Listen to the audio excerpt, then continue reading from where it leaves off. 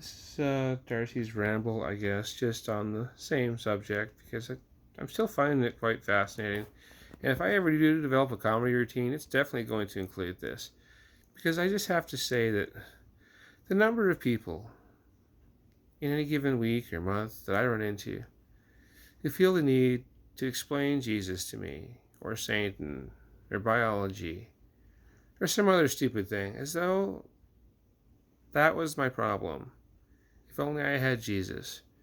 I'm thinking, well, I've been a Mormon for like 20 years. I think I've had a lot of Jesus. I think me and Jesus are kind of tight, actually. And so that's why I'm like not deterred or concerned, or I have zero doubts in my mind about who I am and what I am when I run into people who feel the need to educate me in case I didn't know what ovaries were or something. I'm like, yeah, no, I'm aware of how biology works. Yeah, no. That's why they call it transgenders, because you're in the wrong body. It's a whole condition. It's documented. It's really effing annoying for those of us going through it, actually. So appreciate you pointing that out to me, just in case I wasn't already uncomfortable enough about it. Like, that's the biology's wrong, huh? You don't say.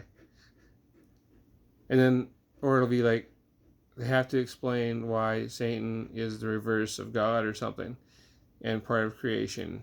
And I don't know, this guy was off his cracker, but then, like, I'm a Mormon who's listening to prophets, who's following what the prophet says. So maybe I'm off my cracker too, right? I'm watching us indoctrinate these children and teach them as very young children to sing songs that we will always listen to this person and follow these rules.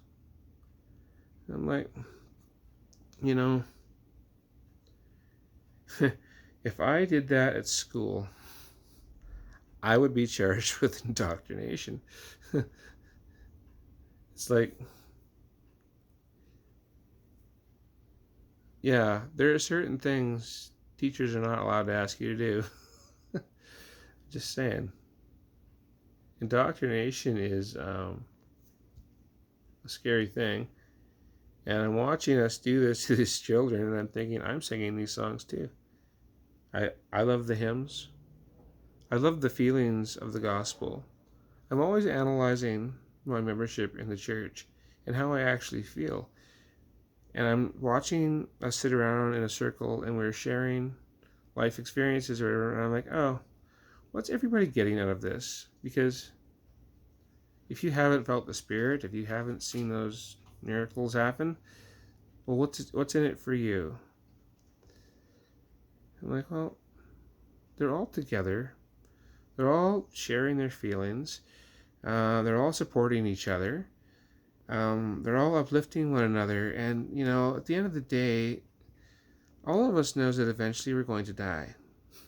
And that could come sooner than rather than later for some of us. And that could happen to our children. And it'll make us very, very sad when it does. And we don't want to be alone in those moments. And we want to care for each other. And we actually have love for our neighbors. And that's a good thing to teach, I think, having love for your neighbors. Those are values that I share. That's why I'm still a member, because I love my neighbors and I want them to do well. And if I can help you by fixing your steps or fixing the skirting on your trailer so your pipes don't freeze, like, I would happily go do that. And I did happily go do things like that for people sometimes. Um, there's nothing wrong with having a philosophy of loving your neighbor and actually living by that philosophy. I think that is an amazing thing to do. But I also think you have to have the freedom to think for yourself. And you don't have to. I know this. I have a Heavenly Father that loves me. And they loved me when I was trans and didn't know it. And they loved me just as much when I was trans and figured it out. That's what I know. And so they can't ever take that back from me.